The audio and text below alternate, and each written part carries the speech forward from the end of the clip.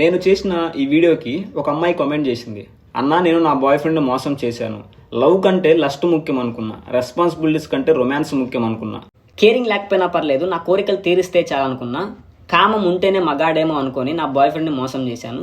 కానీ ఇప్పుడు నాకు వేరే వాడితో పెళ్ళైంది, ఇప్పుడు అర్థమవుతుంది నా బాయ్ ఫ్రెండ్ క్యారెక్టర్ ఎంత గొప్పదో అని చెప్పేసి ఒక అమ్మాయి రియలైజ్ అవుతూ కామెంట్ అయితే చేసింది.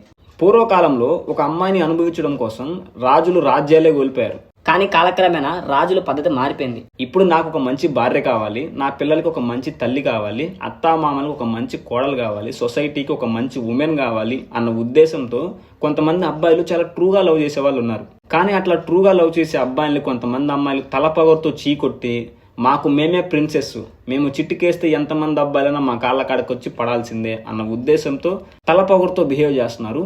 అట్లా బిహేవ్ చేసే ఏ అమ్మాయి కూడా బాగుపడ్డట్టు చరిత్రలో కాదు కదా, ఫ్యూచర్లో కూడా డెఫినెట్లీ కనిపించదు.